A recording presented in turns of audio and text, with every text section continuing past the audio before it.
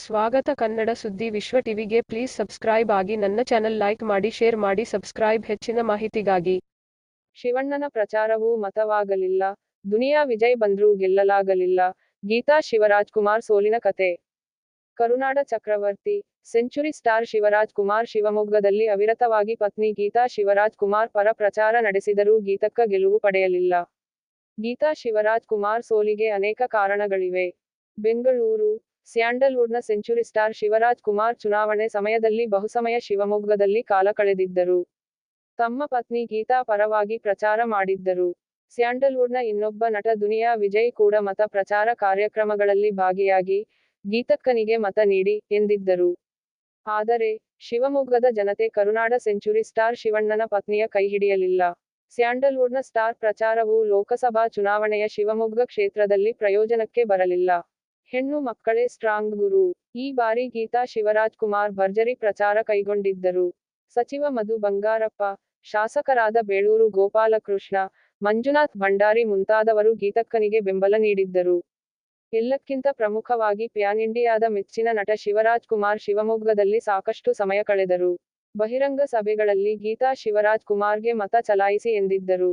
ಹೆಣ್ಣು ಮಕ್ಕಳೇ ಸ್ಟ್ರಾಂಗ್ ಗುರು ಎಂದು ಹೇಳುವ ಮೂಲಕ ಗೀತಾ ಶಿವರಾಜ್ ಕುಮಾರ್ಗೆ ಮತ ನೀಡಿ ಎಂದಿದ್ದರು.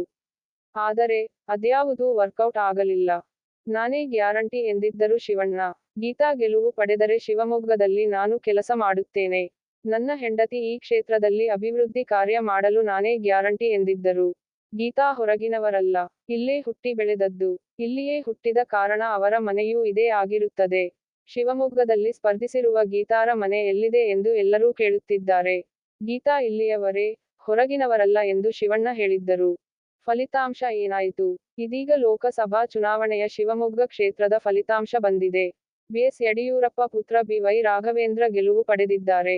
1.50 ಲಕ್ಷಕ್ಕೂ ಹೆಚ್ಚು ಮತಗಳ ಅಂತರದಿಂದ ಗೀತಾ ಶಿವರಾಜ್ ಕುಮಾರ್ ಶಿವಮೊಗ್ಗದಲ್ಲಿ ಸೋತಿದ್ದಾರೆ. ಈ ಮೂಲಕ ಶಿವಣ್ಣನ ಹ್ಯಾಟ್ರಿಕ್ ಪ್ರಚಾರವೂ ಗೀತಾ ಶಿವರಾಜ್ ಕುಮಾರ್ ಅವರನ್ನು ಗೆಲ್ಲಿಸಿಲ್ಲ. ಗೀತಾ ಶಿವರಾಜ್ ಕುಮಾರ್ ಸೋಲಿಗೆ ಕಾರಣಗಳೇನು? ಮೊದಲನೆಯದಾಗಿ ಶಿವಮೊಗ್ಗ ಕ್ಷೇತ್ರದಲ್ಲಿ ಬಿ. ವೈ. ರಾಘವೇಂದ್ರ ಪ್ರಬಲ ಪ್ರತಿಸ್ಪರ್ಧಿ. ರಾಜ್ಯ ಬಿಜೆಪಿಯಲ್ಲಿ ಯಡಿಯೂರಪ್ಪ ಪುತ್ರನಿಗೆ ಗೆಲುವು ಪಡೆಯುವುದು ಅನಿವಾರ್ಯ. ಜತೆಗೆ, ಬಿ. ವೈ. ರಾಘವೇಂದ್ರ ಸಾಕಷ್ಟು ಜನಪ್ರಿಯತೆಯನ್ನು ಪಡೆದಿದ್ದಾರೆ. ರಾಜಕೀಯವಾಗಿ ಅಷ್ಟು ಪ್ರಬಲರಾಗಿರದೇ ಇರುವ ಗೀತಕ್ಕನಿಗೆ ಬಿ. ವೈ. ರಾಘವೇಂದ್ರರ ಮುಂದೆ ಗೆಲುವು ಪಡೆಯುವುದು ಸರಳವಲ್ಲ ಎನ್ನುವ ಪರಿಸ್ಥಿತಿ ಇತ್ತು. ಜತೆಗೆ, ಬಿ. ವೈ. ರಾಘವೇಂದ್ರರಿಗೆ ಬಿಜೆಪಿಯ, ಹಿಂದುತ್ವದ ಮತಗಳು ಸಾಕಷ್ಟು ಪ್ರಮಾಣದಲ್ಲಿ ಇವೆ. ಈ ಕಾರಣದಿಂದ ಮತ ವಿಭಜನೆ ಇತ್ಯಾದಿಗಳಿಗೆ ಅವಕಾಶವಿರಲಿಲ್ಲ. ಕುಮಾರ್ ಬಂಗಾರಪ್ಪ ಅವರು ಗೀತಾ ಶಿವರಾಜ್ ಕುಮಾರ್ ವಿರುದ್ಧ ಸಾಕಷ್ಟು ಪ್ರಚಾರ ಮಾಡಿದ್ದರು. ಇದರಿಂದ ಗೀತಾ ಶಿವರಾಜ್ ಕುಮಾರ್ಗೆ ಹಿನ್ನಡೆಯಾಗಿತ್ತು. ಗೀತಕ್ಕನನ್ನು ಅವಕಾಶ ಸಿಕ್ಕಿದಾಗ ಸಾಕಷ್ಟು ಲೇವಡಿ ಮಾಡಿದ್ದರು. ಕುಮಾರ್ ಬಂಗಾರಪ್ಪರ ಮಾತುಗಳಿಗೆ ಶಿವಣ್ಣ ಕೂಡ ಕಿಡಿಕಾರಿದ್ದರು.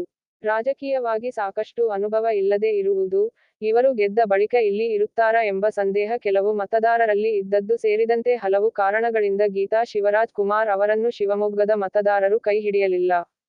ಧನ್ಯವಾದಗಳು. ಯಾರಿನನ್ ಚಾನಲ್ಗೆ ಸಬ್ಸ್ಕ್ರೈಬ್ ಆಗಿಲ್ವೋ, ಪ್ಲೀಸ್ ಸಬ್ಸ್ಕ್ರೈಬ್ ಆಗಿ ನನ್ನ ಚಾನೆಲ್ಗೆ ಹೆಚ್ಚಿನ ಮಾಹಿತಿಗಾಗಿ.